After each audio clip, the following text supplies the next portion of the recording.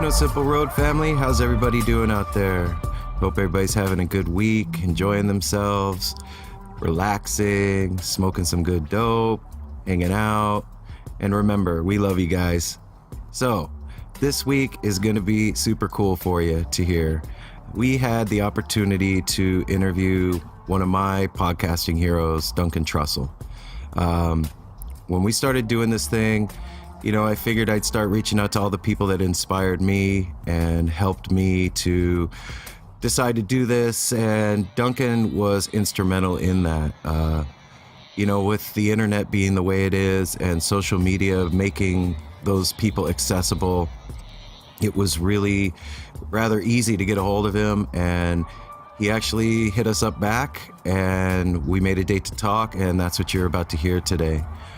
It's very strange to me to be able to connect with somebody like that and on such a human level and have it be so natural and so easy. It just goes to show that we're all just people and that, nobody that's famous is any different than anybody else. We're all just tripping around doing our thing. It's been a really wild ride so far. I wanted to update you guys on a couple of things. A few episodes back, I told you guys that I was going through treatment for hepatitis C and that I was struggling with that treatment and dealing with the side effects and all the bullshit that came along with having hep C for the last 20 years. And I just wanted to let all of you guys know out there that I got my blood test results back about a week ago and I no longer have hepatitis C. So, yay! Woo! And that means a lot of different things for me, man. When you have something like that for so long, I've had that ever since Mel and I have been married. And I didn't really realize what it did to me, man. It really took my energy away. It made me feel foggy in my head. It made me not want to do stuff a lot of the time. I had a lot of extra weight in my body. I felt heavy, sluggish. And it's like carrying around a sack of fucking rocks, and after a while you don't realize that you have that sack of rocks that you're carrying around. But I'll tell you what, man, now that it's gone, I feel so fucking different. It's so weird. My thinking is clearer. I feel lighter, physically lighter. I have way more energy. I used to be the fucking king of naps, man. I would come home from work in the car on the way home from work. I'd be nodding out at the stoplights, just waiting to get home to take a nap. And now, that's the last thing from my mind. I come home and hang out with everybody here at the house and smoke a bowl and have some coffee and cook dinner and go to the gym. Life is so different. It feels so much different. And also, too, living up here in Portland with the change of seasons, living in the desert, you don't really experience the change of seasons. It goes from on, which is hot, to off, which is cold. And that's it. The leaves that are on the trees, within 3 days turn brown and all fall on the ground all at once. And I think if you stood outside and looked at the trees, you would actually see the moment that every leaf on that tree fell, boom, all at once. But here in Portland, it's totally different. I'm driving home from work the other day and I'm cruising on the freeway and I look over and there's all these trees on the side of the road and they're all different colors. There's purple and burnt orange and dark green and lime green and olive color and all these beautiful colors just bursting out at me. And it's just, it feels so good to see the earth changing and feel the air getting cooler and the rains are coming back and the sky's a little cloudy and it's dark when I leave for work in the morning. And a month or two ago, it wasn't like that, man. It was sunny and warm and the sky was blue and it's just strange. It's cool to be somewhere where you can feel the changing of the season and kind of be in sync with that. And I feel this time of year has always been about introspection and about learning and kind of coming inside and hunkering down with wearing some sweats and covering up with a blanket by the fire and having a good book and something warm to drink, some tea or some coffee or something. And, different than the summertime when you're out fucking tripping around, going camping and doing your thing. And it's just so much different than living out in the desert, man. Nothing bad about the desert. Don't get me wrong. All you guys that live out in Vegas or in Arizona or New Mexico or whatever, desert's cool. But for me, this is just such a change of pace and so much different. It's so cool. And then having the Hep C be gone on top of that is really a new fucking awesome, fun experience for me. And I hope that it's coming through in the show, and I hope you guys feel it, that, you know, I've got more energy and more awake and more alive and more alert and get more comfortable behind the microphone. And so this interview with Duncan, man, is the culmination of that. I feel like it was like this milestone for me, that the Hep C was gone, and then I connected with one of my peers, one of the guys that I look up to, and it's been a wild ride so far. So yeah, the business stuff of the show, guys, keep the feedback coming. You know, that's really important to us, to let us know how we're doing. If nobody speaks back to us, then we just, you know, we wonder. So it's nice to get those letters and those emails and those voicemails. If you've got a really cool story, if you've got something that happened to you, recently went to a show and tripped or didn't trip, if you went camping and something cool happened, you had a realization, grab your phone, hit the voice recorder, and send us in a little voice message. We'll play it on the show, and then other people will hear it, and we can all connect. And that's one of the things that I've noticed doing this, is that I've started hearing stories from all these different walks of life now, and I've noticed that there's this common thread that runs between us. And as we do that, we realize that we're not alone, and we realize that we're connected, and we realize that we're a family, and it just makes us all stronger and makes us tighter, and those ripples go out and out and out into the world, and it's really a beautiful thing that happens. So yeah, send us in those little voice recordings to nosimpleroad@gmail.com, and with your permission, we'll play them on the show. And then also, we've got our Patreon page. So here's the thing, guys. We record the show with one mic. And it's hard for everybody to sit around one table and talk into one microphone. So we really want to get another mic for the show. We all work for a living and, you know, are just making it. And so we're looking to you guys to help us out to grow the show and make it better. So that's the way you could do that, is by going to Patreon. You can give as little as $1 a month, and that's like pennies a day, man. It just doesn't come out to very much. It's less than a fucking cup of Starbucks. And, you know, that $1 a month, if a bunch of you guys do that, then we got a new mic and the show sounds better and we can keep doing this thing. So yeah, that's patreon.com/NoSimpleRoad. And if you do give on there, there's different tiers. You know, $1 a month gets you certain stuff, $5 a month gets you other stuff. I'll do a drawing for you, or you get stickers or shirts or neat stuff like that. So that's the way that you can help support us and show us that you're digging what we're doing. And then also, we have our Instagram @NoSimpleRoad. Go ahead and follow us there. But the most important thing, the biggest part of this, is iTunes, Google Play, and Stitcher. Go on there, man. If you're listening to the show right now, grab your phone, pick it up, search the show in the podcast app, go down to the review section and click that leave a review thing and rate the show. Those 5-star reviews and those ratings help the show go up in the rankings.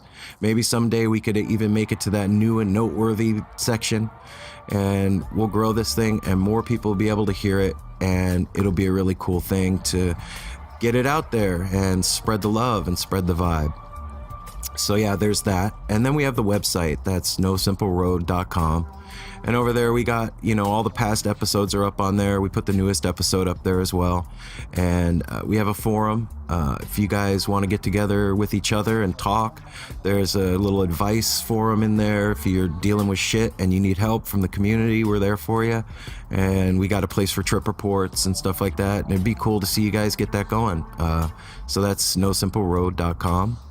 And then the last but not least is the Amazon link. On that webpage, at the bottom of the page, there's a little banner for Amazon.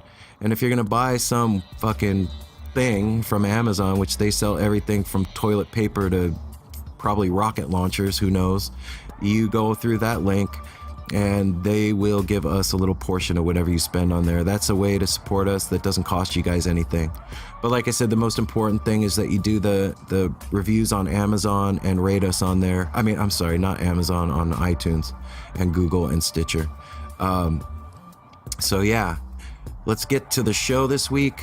It was really fun talking to Duncan. He's a rad guy, and we connected, and he actually loves the dead, and we talked a little bit about that. And yeah, so without further ado, ladies and gentlemen, I give you Duncan Trussell.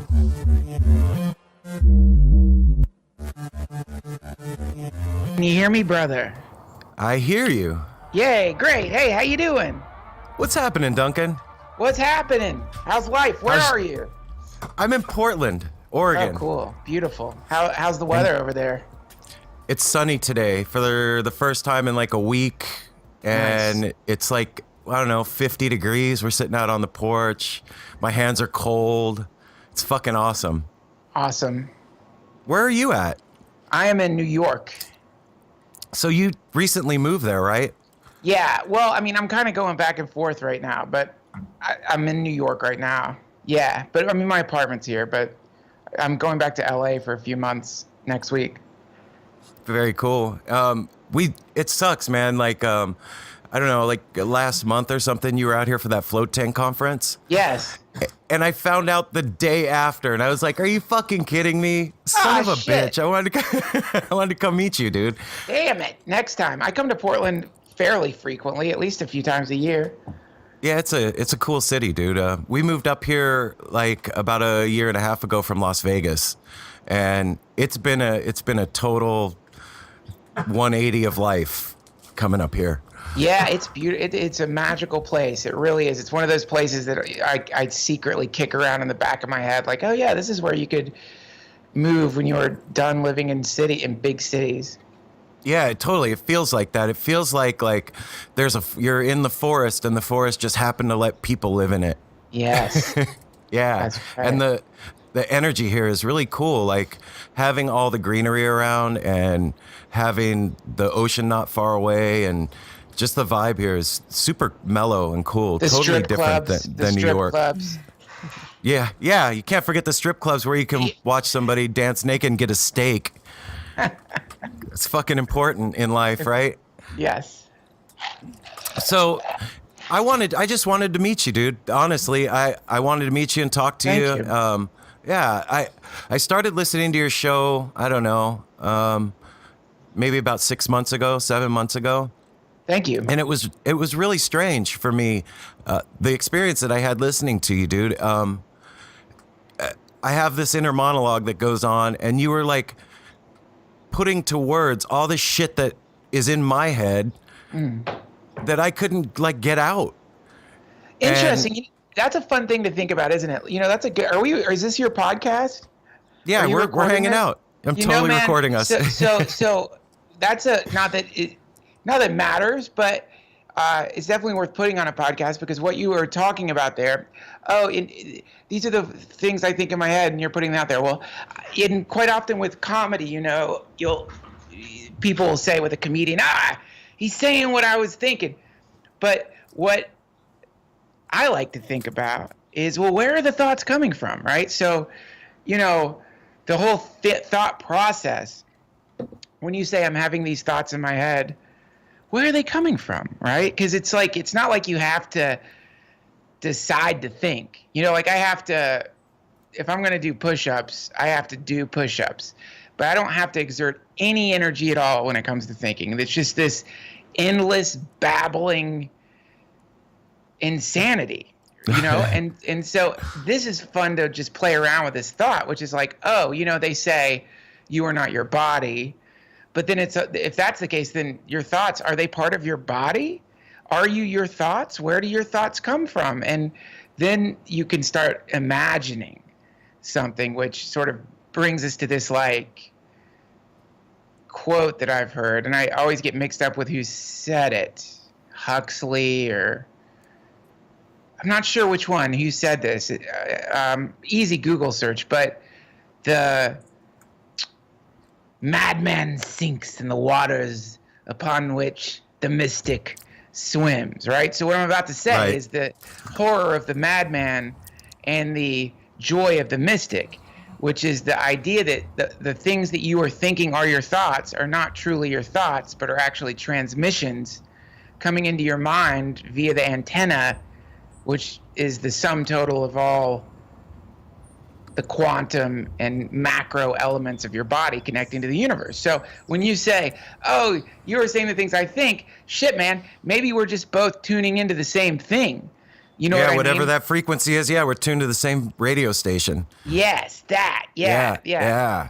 Totally. And it's funny too, like other just little similarities, like nerdy shit, you know what I mean? How you're into Warcraft and Stephen King and the Gunslinger and just little shit along the road. I was like, man, I gotta fucking get to know this guy. Thank you. What an honor. There's a friend out there waiting. Cool. You know? Yes.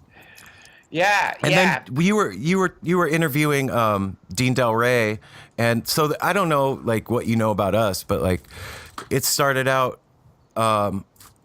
as a Grateful Dead thing. Like my kid bought me a podcast microphone, man, and was like, Dad, and my wife too. They were like, hey, you should do a podcast about the Grateful Dead because I love that. I love that shit.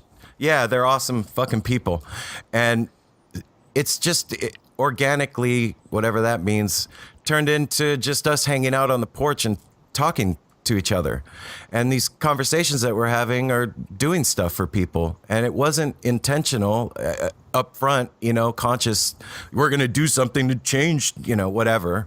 But it started happening, and so now I'm riding the wave. And I don't know, it's getting people like you to talk to us, and it's just really cool, and it's an honor, dude, to talk to you, to be honest. Yeah, like likewise. I mean, we talked to Ed Lieu a while back, and Ed is a real humble guy, and I told him, Ed, I don't know if you know this or not, man, but you're a teacher. You're teaching people, and same for you, Duncan. I've learned a lot from listening to your show, man. Well, thank you. It's helped me put together a lot of non sequiturs in my head and shit that was kind of broken. That, Great. For real. Thank you. And so back to what I was saying, I listened to you talking to Dean, and you guys were talking about the dead, and so I was like, well, there's a commonality we can connect on that. For sure. And go ahead. I wasn't going to say anything. Oh, okay. I just wanted to, I guess, kind of dive into that with you a little bit and find out, like, what's your experiences with them, Oh, yeah. I mean, well, yeah. So, how does it work with the dead? It kind of works where it's like a chiropractic adjustment. If you're lucky, the universe gives you this chiropractic adjustment, and you love the dead. If you're lucky, the click happens, and when it happens or how it happens, who the fuck knows? But if you're lucky, you'll be listening to them. And your initial exposure to them is going to be, your reaction is probably going to be a lot like, I don't know. Some people have better karma than others. But I remember my first contact with them was actually, interestingly enough, with the first girl that I had sex with in this incarnation. Joy Watson drove a VW, was a deadhead, and would play the Grateful Dead, and I didn't like it. I would listen to it, I didn't like it. And then when did it happen? I remember one night, one of my best friends driving me home. We were stoned, and he put on, what was it? The classic Ripple. Okay. But we were stoned. I was with my friend. We love each other. It's like, high school fucking friends. Like you're in it's like you're young and you're stoned when it's really illegal to be stoned. Like back then we didn't have any even the idea of the potential of cannabis being legalized was just like a thing you would talk about in the same way you talk about like a UFO landing or something. Totally, like aliens showing up. Yeah. Like it feels like it's gonna happen, but it's probably never gonna happen.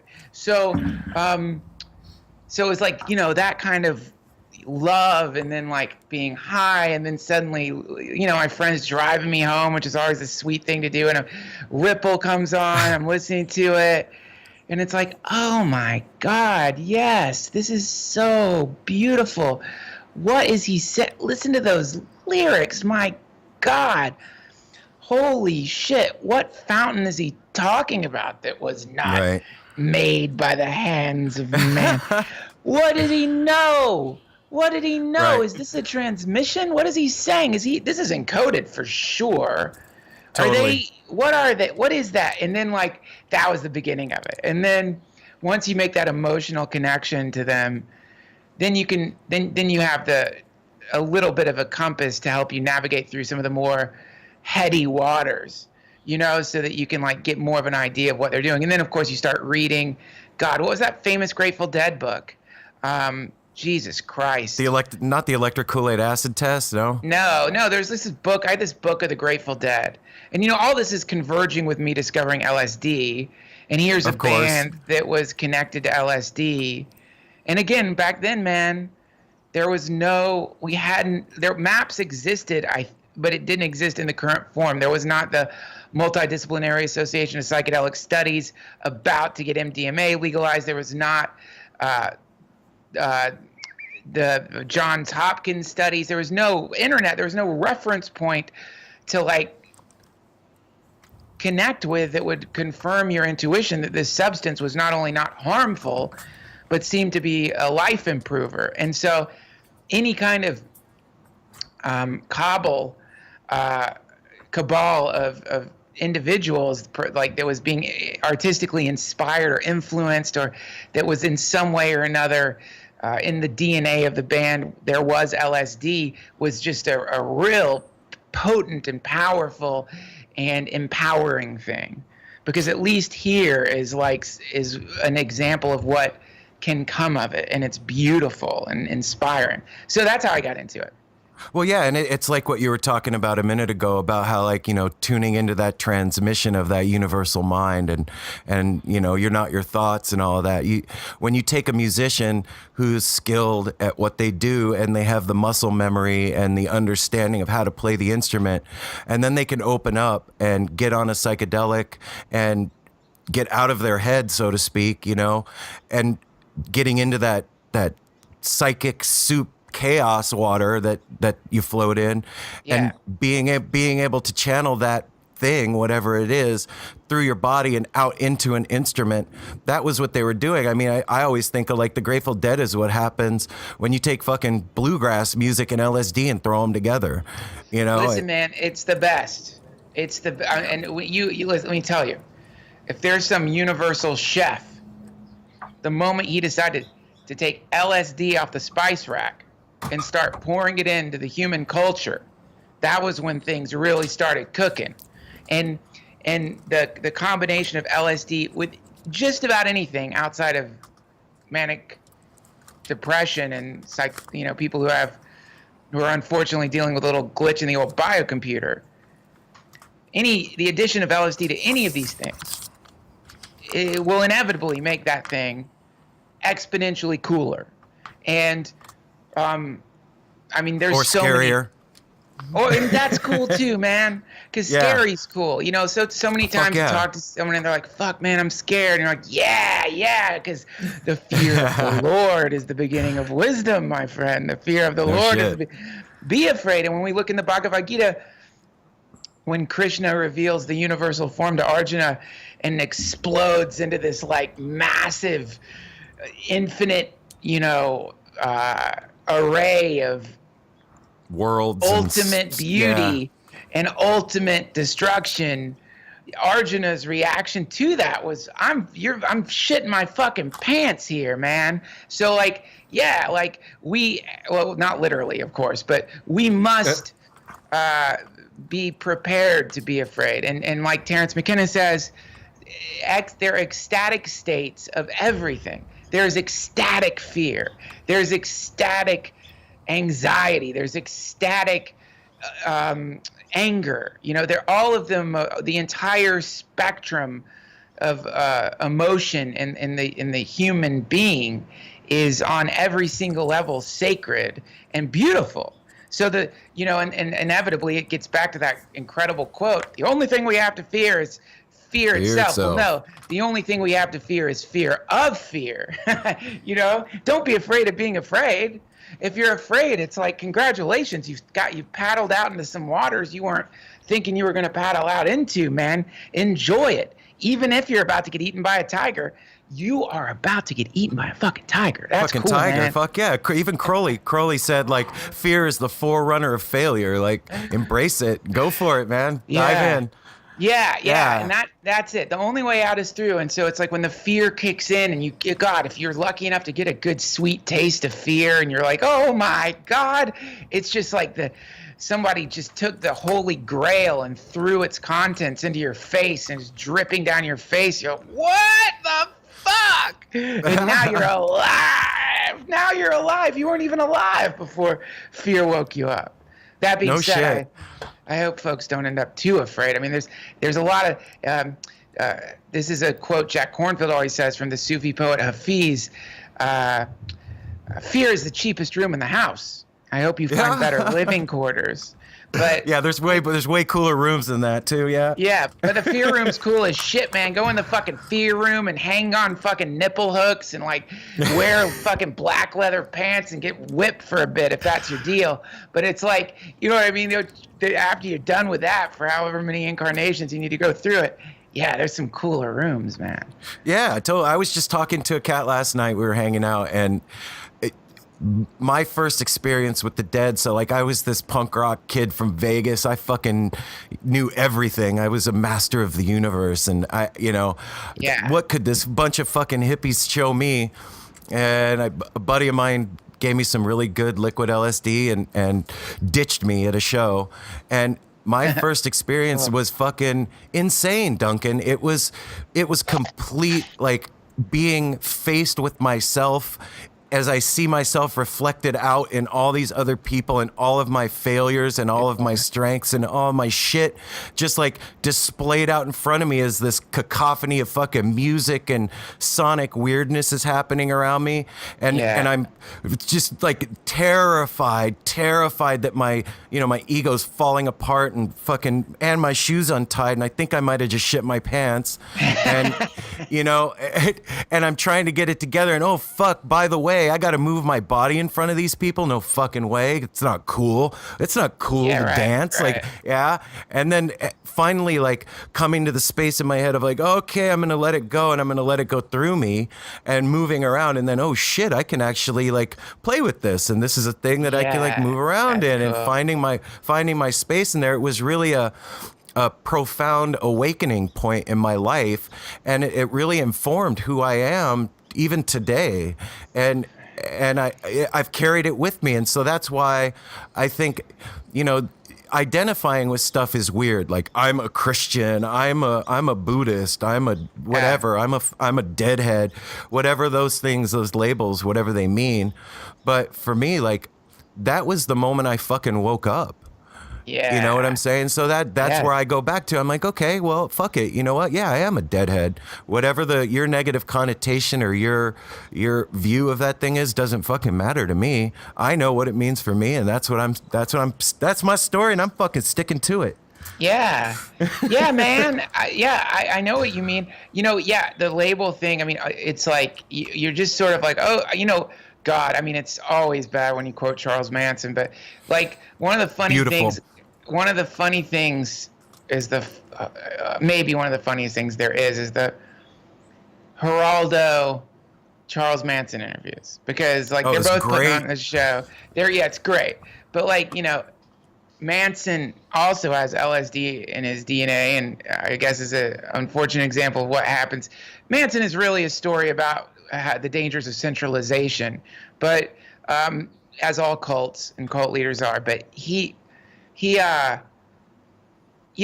starts, his whole thing seems to be reflecting the projection. So someone's projecting on them, so you reflect that back to them. And this is when it's not like being converted through violence, which is a really shitty way to use such a beautiful spiritual mystical tool.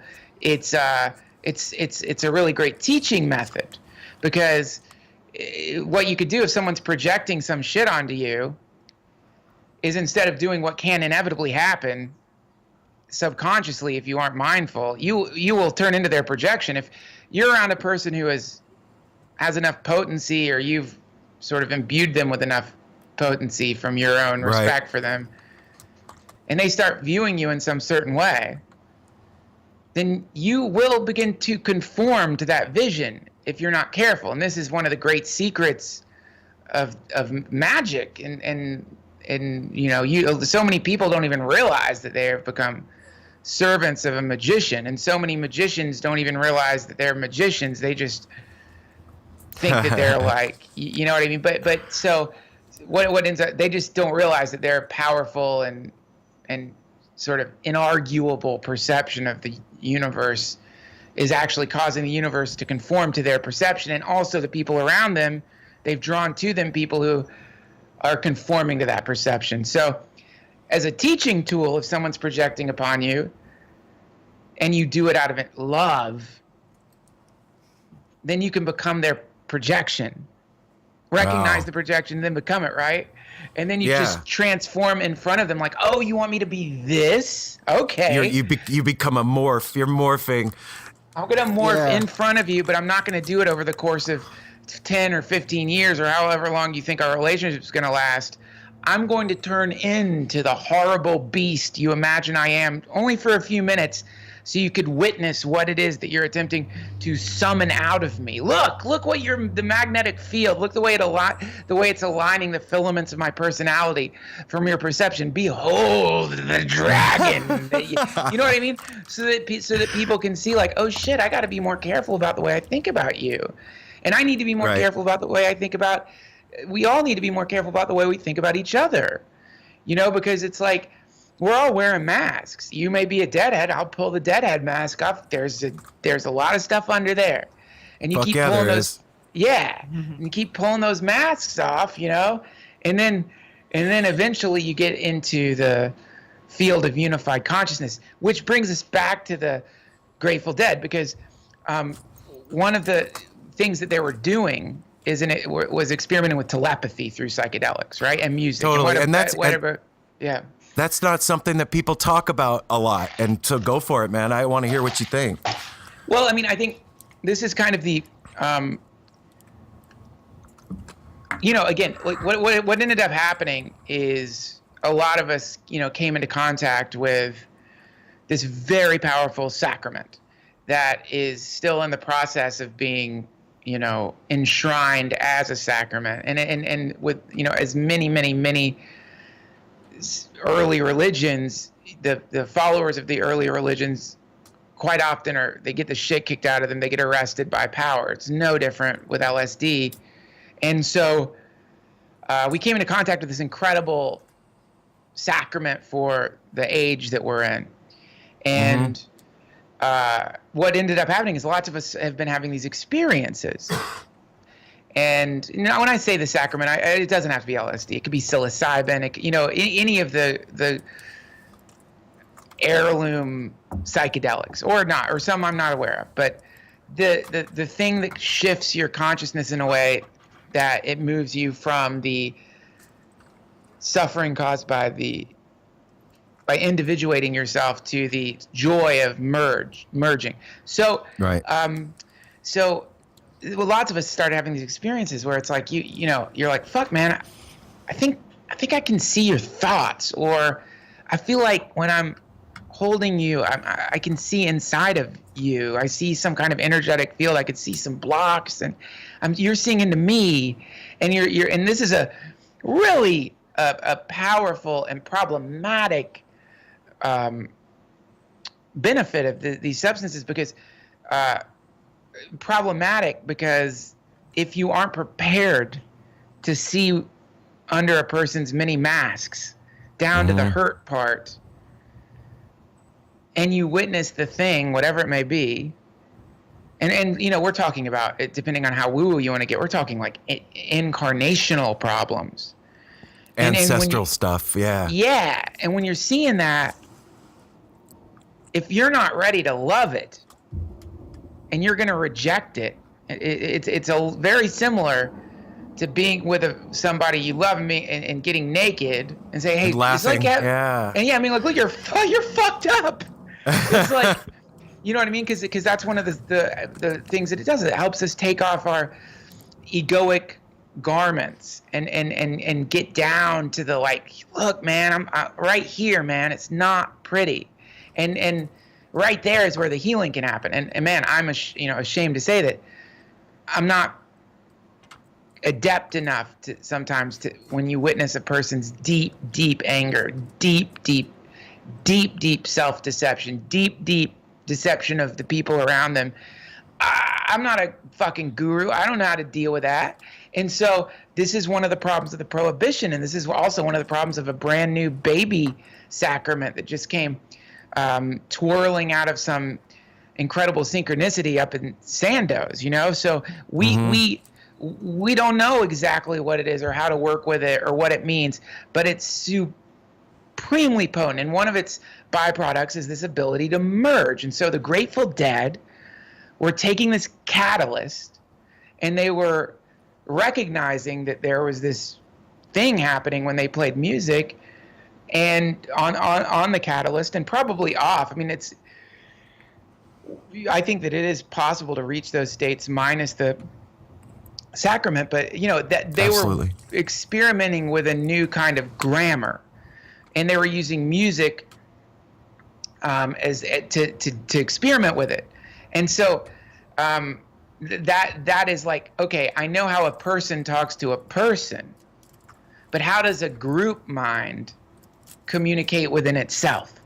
Now we're going to have to start using different letters. We're going to, you know what I mean? Now we're going to have to start using different fucking letters, different words, because it's like, I know what a word coming out of my mouth sounds like. I know what a word coming out of your mouth sounds like. Now let's mix those words together to form a new word. And now what are we doing? We're singing, right? So, right. Yeah, so now it's like, let's see if we can sing from the group mind. And that's why when people are like, I don't get the Grateful fucking Dead, man. See him live, it fucking sucks, man. It's like, dude, you're watching a fucking scientific experiment, man. You're watching like the attempt of not just the group mind of these beautiful performers on stage who are just like giving themselves to the whole, but the group mind, the gestalt of the entire show, and the merging that is happening among groups at the show, and then the super merging that's happening as everyone enjoys the music and dances, and through various catalysts and sacred medicines experiences mystical states. And that, to me, is fundamentally what was incredible about what the Grateful Dead were doing. Yeah, and there's something too, Duncan, like, I don't know, in my experience from what I've seen, like, there was something to being in that thing and then coming out of it afterwards and being a part of it, and not everybody knew what you were into. It was like joining a magical order and have gone through the initiation, and you've seen the thing, and now you know the secret fucking handshake or whatever it was. And there's no qualification to do that thing, whatever it is, but it did feel like that, man. It really did. It felt special, and it was unique, and it was an experience outside of default reality and normal existence that I could carry with me, that I had in my back pocket, like, I know something you don't know, kind of thing. And that's what made me, like, after my first experience with that mind, with the universal expression of myself reflected back at me and playing through the music and all that, like, I wanted to find out every fucking thing. I wanted to go all the way. Like, what could possibly matter more than this was the thought I had. You know what I mean? What could possibly matter more than this? Like, I'm selling all my shit and I'm fucking following this thing around the country so I can sniff it out, man. Fuck. Yeah. Well, I mean, this is there's such a wonderful, the New Testament is just incredible. And one of the encounters Jesus has is the story of Jesus and the rich man. Yeah. Go for it, though. Go for it. Yeah, so it's great. So this, rich guy comes up to Jesus having grokked that this was an actualized enlightened being, and said, I want to follow you. And Jesus said, nope. Again, I'm completely paraphrasing here, but Jesus is like, no problem. All you have to do is give everything you have to the poor and follow me. And the rich guy's like, he's like, went full Meatloaf. I would do anything for love, but I won't do that. I wouldn't do that. See you later, bitch. I'm out. And that's the, anytime you encounter something, and again, this is, it could be that we're post guru, and that, or that the guru has evolved, and now the guru is the gestalt, is the sum total of community. And I think that's where everything's headed, a decentralized field of love consciousness that cannot be deactivated. Because like, if we have anytime you get an individual running the show, man, it's like all that has to happen is the dominant power structure. And unfortunately, we're in an era where dominant power structures seem to be running in a way that is antithetical to love and what the dictates of love. So that means that by becoming if you were to become a servant of love, messenger of love, friend of love, whatever you want to call it, then you immediately would become an enemy of the state if the state's existence depends on suppression of love, right? So this is a problem. And the fix of the problem is, oh shit, okay, what we're going to do here is we're not going to have any more representatives in the form of the individual. Because what ends up going down whenever that happens is they nail them to crosses, they shoot them, they nail them to crosses, they arrest them for nothing. They arrest them for nothing, man. They arrest them for nothing. For growing plants. So it's like, okay. Gotcha. So that's the game we're playing. The game is, if you identify a leader in our community, you take them out. Okay. So here's what we're going to do. There's no more leaders. Now we're going to be decentralized, and we're going to trust that thing that we were talking about earlier, not the, scary mind babble, but the deep, still, quiet voice inside of all of us. These are the marching orders, and we're going to have the guts to trust it. And we're going to have the guts that it's going to bring us to the people we need to be brought to at the time we need to be brought to them. And we're going to have the guts to know that we are part of a thing that is so powerful and beautiful and real that it's going to change the entire planet, because world peace is truly possible no matter how many forms of subversive government state propaganda want people to think that is an absolute ridiculous woo-woo-y, yeah, whatever, flower child. It is possible, and it's happening. And so people like you, when you come into contact with the very first flickering flames of this revolution that's happening, you realize, oh yes, that nothing is more important than this, because you love the earth. And you recognize, oh, okay, yeah, this is going to, some way or another that I don't quite understand, this is part of something that's going to transform the planet into a planet that I want my kids to live on. Right. And you know what I mean? And when that happens, you're like, yeah, I don't need anything. I don't need stuff. A fucking TV? Yeah, I'm good. I don't need it. I don't need to have a whole house full of crap. I just want to be in this fucking soup. Yeah, I want to be in this soup. And there's something that you're saying, dude, that a couple of days ago we had a conversation, and I don't know, it's part of that universal mind reflecting itself back again, talking to you, like the podcasting medium and these conversations that we're having. There's so much fucking crazy nightmare apocalyptic shit going on out there right now that it's over the top. It used to feel like this like specter off in the distance, and I could like shut it off and go, well, it's always been okay my whole life, and I can just kind of forget about it. But fucking things are different now, man. It's in your face, and it's up front. And then you have these little cells of people that are coming together, and we're talking, and we're sharing these ideas, and we're talking about things that people didn't normally talk about and weren't heard outside of your little core group of friends or whatever. Yeah, that's right.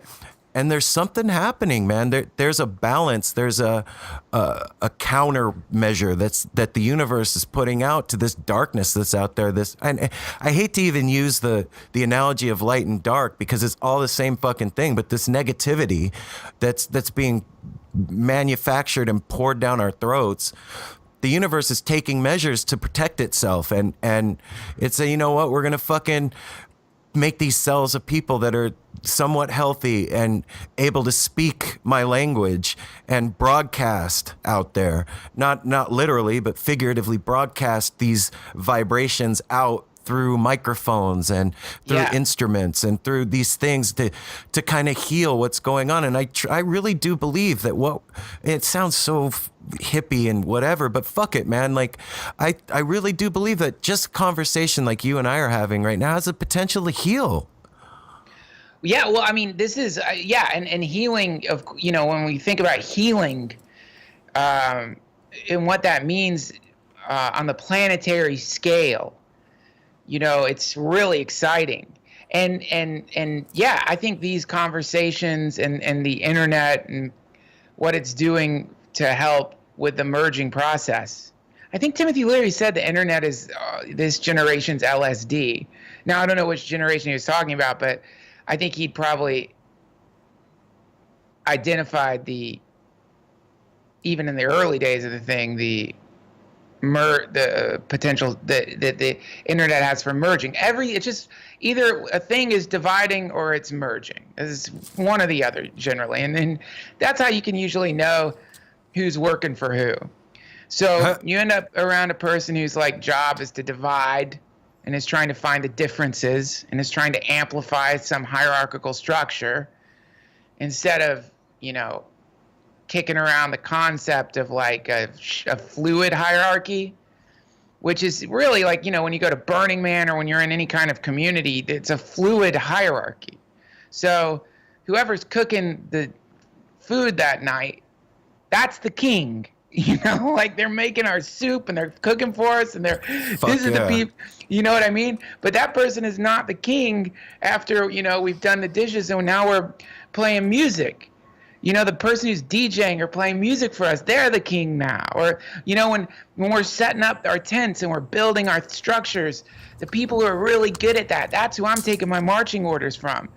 If you're making the fucking food and you tell me to go grab some tomatoes, I'm grabbing tomatoes, officer. You got it, brother. Whatever, you know what I mean? So we're talking about a fluid hierarchy. And we're talking about a decentralized sort of a decentralized modality, right? So this is this is where you can see right away. It's like, okay, so if there's somebody who starts marching around, who's like, I'll tell you when to cook the fucking food, and I'll tell you when to put up the structures, and I'll tell you when to wake up, and I'll tell you when to go to sleep, and I'll tell you what you can put in your body, and I can tell you who you can fuck, and you know, all these things, then you know who they're working for. Now, they might just think, I'm a leader. I went to leadership training school. Yeah. But it's I could tick all the boxes.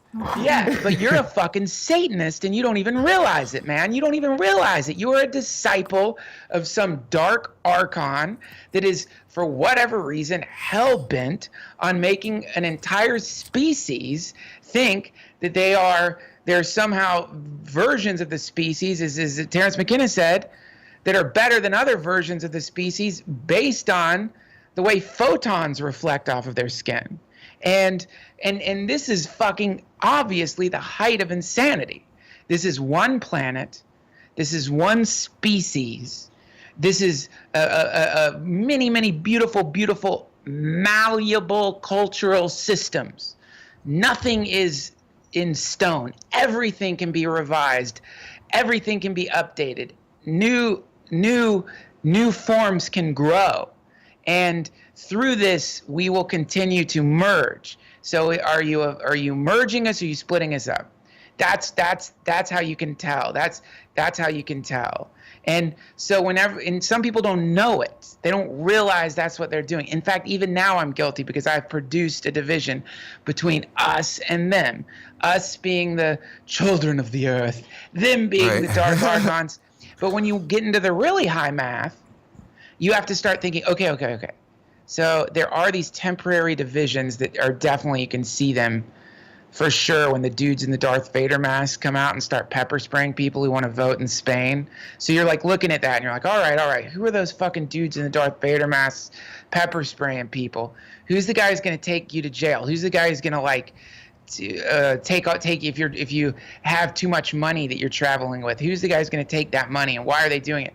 So this is what I really love about the principle of trauma, which is when you begin to recognize what's going down here is a game of ancestral hot potato, right? So we, like you were saying, my God, you look out, you turn on the fucking news, and Bill Hicks has the ultimate joke about this. You turn on the fucking news, and it's just like AIDS, earthquakes, fires, war, but then you go outside and you just hear crickets. It's beautiful outside, right? Bill Hicks has the best joke about that. So the news is fucking amplifying the destruction, right? But the reality of it is this. Right now on this planet, more people have access to electricity and clean water than in many other eras.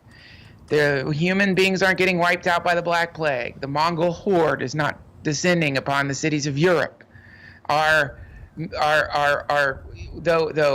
with a mad king and a few mad kings here and there, what really is going down is that and again, I mean, this sounds so callous and cold and crazy to say. Any death is a fucking singularity, and when it happens, it leaves these brutal holes in communities and so much grief and pain.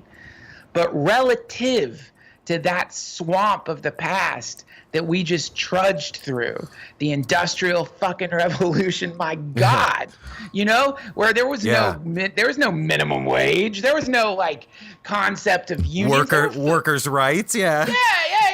So what we're dealing with though is a kind of epigenetic imprint of ancestral trauma that is manifesting in the form of totalitarian fascist personalities. So the game of hot potato we're playing is when you play around with the concept that inside of you, that thing that makes you want to control people around you, suppress people around you, be the king, be the leader, here's how we're going to run the fucking show. That thing may just be a kind of hot potato of suffering and trauma and grief that's been passed down epigenetically through your familial lines. And that when it gets to you, you have this chance to perform an alchemical operation on this hot potato, which is to, instead of transform it from a hot potato made of the race memories of your family and the Holocaust, which really is imprinted on a lot of us, and the many horrors that have recently happened, into, if nothing else, a potato that has within it your devout faith that world peace is going to happen.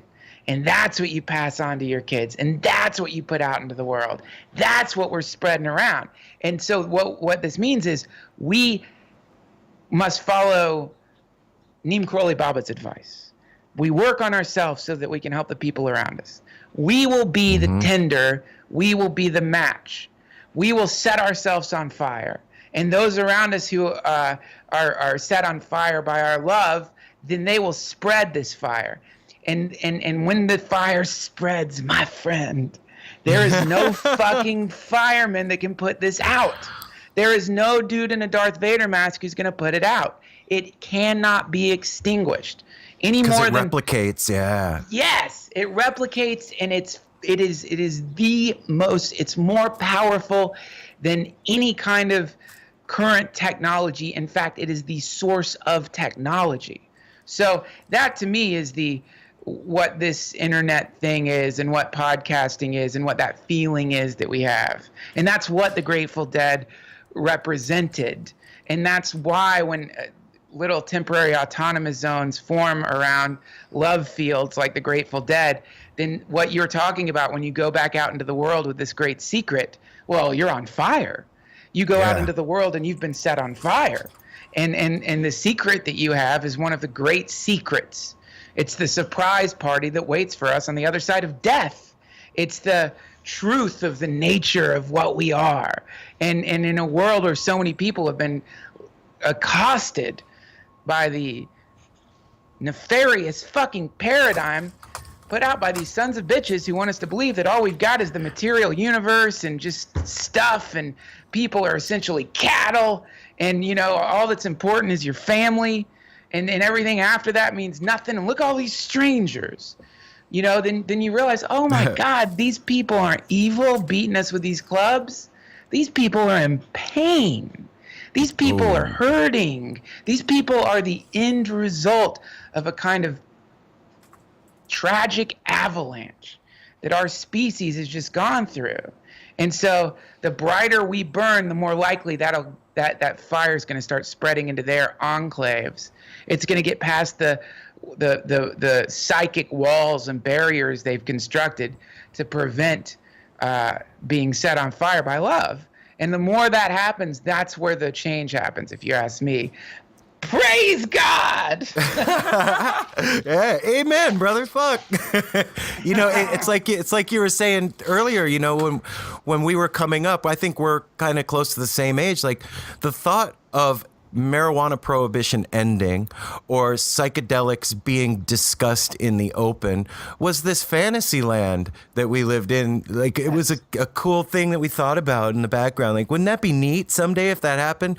And we've touched that field. We've seen that mind express itself. We've gone into that place and played in it and learned about it and done it. And while that's happening, it's doing the psychic surgery on us of all that ancestral shit that you're talking That's about. right. And those little doctors are getting in there and excising those tumors and those fucking smoldering wet lumps that are in there and pulling them out. And then when you come out the other side, you're different, and you take a look at yourself and you're like, fuck, I'm 50 pounds lighter. I don't have all this shit I'm carrying with me.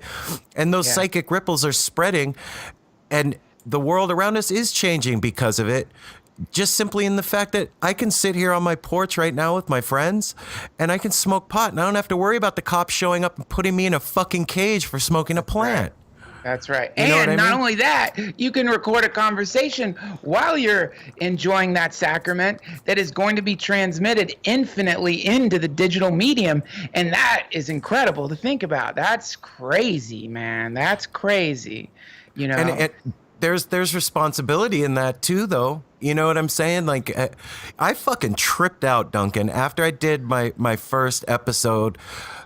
I really laid my shit out there. Like, I was just like, you know what? I'm just going to be honest and tell my story. And if it resonates with people, it resonates. And I'm just doing it, going for it. And I fucking hit send on that computer. And I went to the grocery store with my wife, and I'm standing in the fucking produce aisle of the grocery store, and I had a fucking meltdown. I'm like, oh my God, all my fucking dirty laundry's out there and anybody can listen to it. Oh my, what if my mom hears it? And my fucking boss, I'm going to lose my job. And what the fuck did I just do? I got to pull it down. And I saw somebody sent me a meme, and it was Maynard from Tool, and he was standing over a vat of his wine because he's a winemaker, and I'm gonna butcher the paraphrase of it, but the meme said, like, I got a letter from somebody asking me if my wine was vegan and organic, and he's standing over the vat of wine with a piece of bacon, and he's like here's my answer to whether this is fucking vegan and organic. Here you go. And it gave me pause, and I was like, you know what? I'm fucking me, and it doesn't matter what anybody thinks. I'm on my trip. and here we go. Let's go on the ride. And Yeah. there's something to it, man. There's something to when you release yourself into that thing and just say, okay, I'm going to trust it. I'm trusting the process. I'm trusting the flow, and I'm not fighting anymore. And I'm letting all the walls down, bro. And here it is. Well, the confession booth is a very potent idea, isn't it? And the problem with the confession booth is it's a centralized booth. There's like one dude in there. You talk, you know what I mean? But this confession booth is the community, and the community is a poultice. It's a great community is going to wrap around you like some kind of medicated bandage, and it's gonna pull out your darkness. And one person isn't enough to do that for any other person.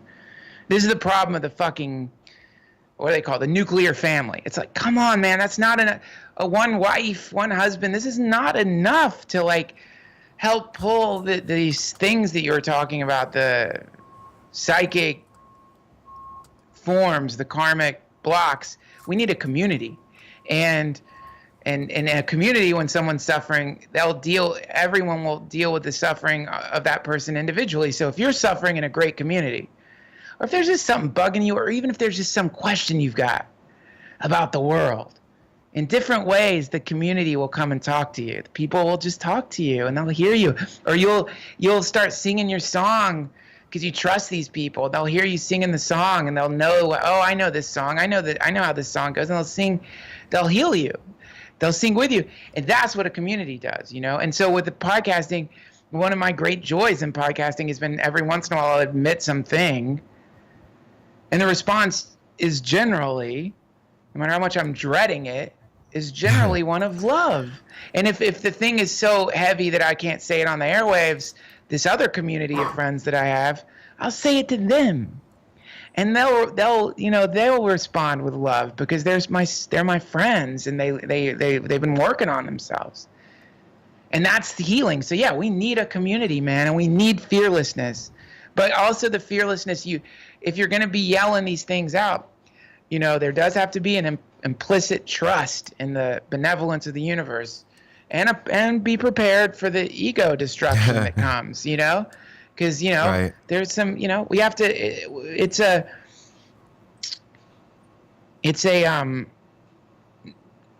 as much as this hippy dippy, the song that we're singing sounds so sweet and pretty, it's like, you can't, what is that fucking quote, man? Like the rock, you know, if a rock, don't cry. Crying when pain is happening is like a rock weeping when a sculptor is like, you know, sculpting it into some beautiful form. So it's like we have to be prepared for the deep cuts, you know, and it isn't always like, okay, man, it's cool. Sometimes it's like, what the fuck? You know, let's look at this deep. Let's think about this, how you hurt people in this way. That's what ayahuasca does, right? I guess that's what people say. That's what I've heard, yeah. That's what a mushroom trip will do for you, for sure, when you get the spanking. You know, like, what always happens to me is I'll get, like, attacked by demons, and this always gets followed by the embrace of some goddess mother being that, like, right? Comforts me. But first, it's this initial, like, swarm of hyperdimensional gnat things and then this mother, this sweet, beautiful mother, lifts us up and is like, it's okay, I love you. It's actually quite similar to what I do when my dogs piss on the fucking floor. You know, it's like, what are you doing? I tell you not to. Why? I take you for walks. We have a yard. I'll just let you into the yard. You know, and they get so freaked out. And I'm like, go to your spot. And they go to their spot and they sit there and they look at me and they're so freaked out and sad, and then I let that last for a very short amount of time because dogs don't have that long of an attention span. Eventually they're going to forget anything that happened, and just now you're just this upset monkey. But like you know what I mean? But then when they're like just there, you go like, but I love you, you're the greatest dog, good boy, you went to your spot. And then voila, now they're happy because that's what dogs like. So in the same way, it seems like sometimes the universe does that to us when we piss on the floor. And man, we are gonna piss on the fucking floor because we just got shot out of a pussy into time time. You know what I mean? This is where you got to be easy on yourself here. You're going to piss on the floor. Yeah. You're not going to do it right. And that's just the way it goes. So all of us have pissed on the floor. Many of us, we can still smell the piss from our psychic carpets. And it's like, you know what I mean? And it's, you know, my sock is still wet, bro. Yeah. Totally. Yeah. So this is that, you know, this is part of it. It's like I guess if I could say to summarize some of what we've been talking about, or what I've been thinking about lately is, number one, work on the self. And that means identifying what's in your life that is a divisive force, and what is in your life that's a unifying force. Who wants to separate you from the crowd, from the community? Who wants to merge with you and merge with the community? Identify that. And then once you know what that is, what's cooking there, don't go up to whoever it is or whatever is like, you want to divide me. No. Now we just like work on it. We think and we work on ourselves, and we try to unify all the division inside, right? And the more you do that, the dividing forces, I think, will give up, or you'll leave them, or they'll leave you. And then, or you'll, even better, you'll just start getting pulled into this updraft where you won't even care about it anymore. Yeah.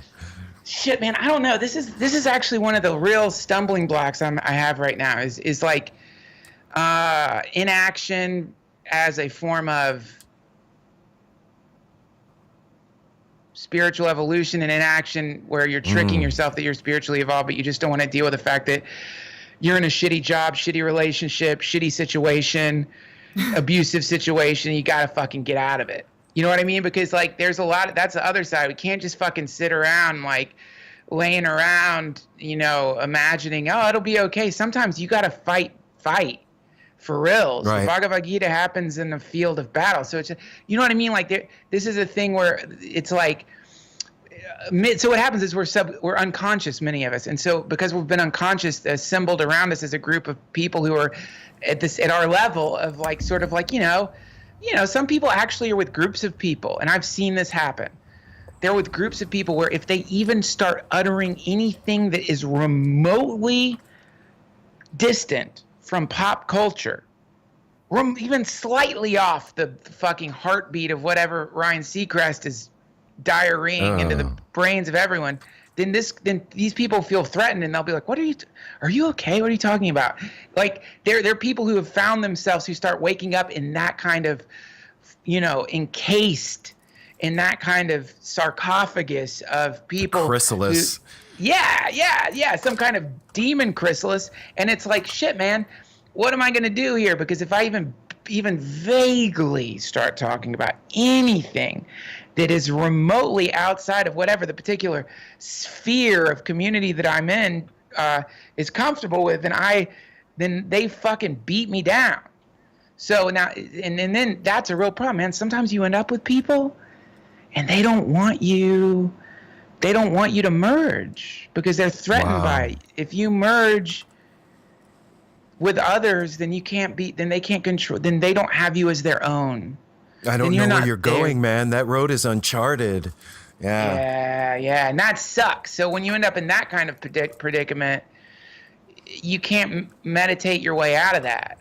Like sometimes you've got to be like, hey, man, we got to part ways for a little bit here. Like, and that's tough, isn't it?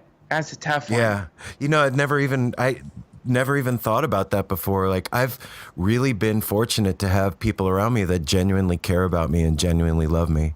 Well, that's because you've been doing the work. I mean, you built that.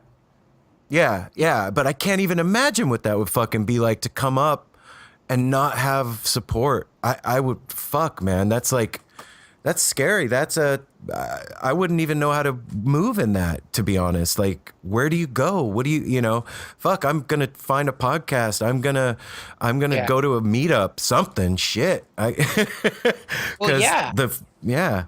What do you do? Ryan Seacrest thing isn't cutting it anymore, and I'm not finding what I need, and shit, man, everything that used to matter to me doesn't matter all of a sudden, and what do I do? I mean, It's happened to me on levels in my life like that. You know, at times things that I used to use that built me up don't have that same resonance anymore. And just those little things were huge things for me to get past. I can't imagine if everywhere I looked outside of me was this, you know, wall. Fuck.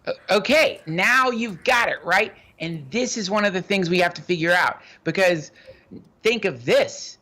You're one of the dudes who wears the Darth Vader outfits. You sometimes in the morning slap on fucking SWAT gear and head out to protests and spray poison on people. Okay? Right. Now, think about that. These people are waking up too. Everyone's waking up. And I've met some of these people who are waking up. Police officers, you know, and they're waking up, man, and they don't know what to do. Because if you think it's bad to be surrounded by some kind of like vapid, you know, pop culture group that I just invented, I don't even know if that's real. Imagine suddenly coming to your senses and you work at the US Canadian border and you're some 240-pound fucking, you know, authoritarian dude who goes through rock and roll tour buses in the hopes of finding a joint so you can fucking strip search a band and take all their shit. And something starts happening in the midst of that life. You know, some little thing, some unfamiliar flicker, and your heart starts lighting up and you start thinking, man, I don't know if this is cool. I don't know if I want to do this. Just don't feel right.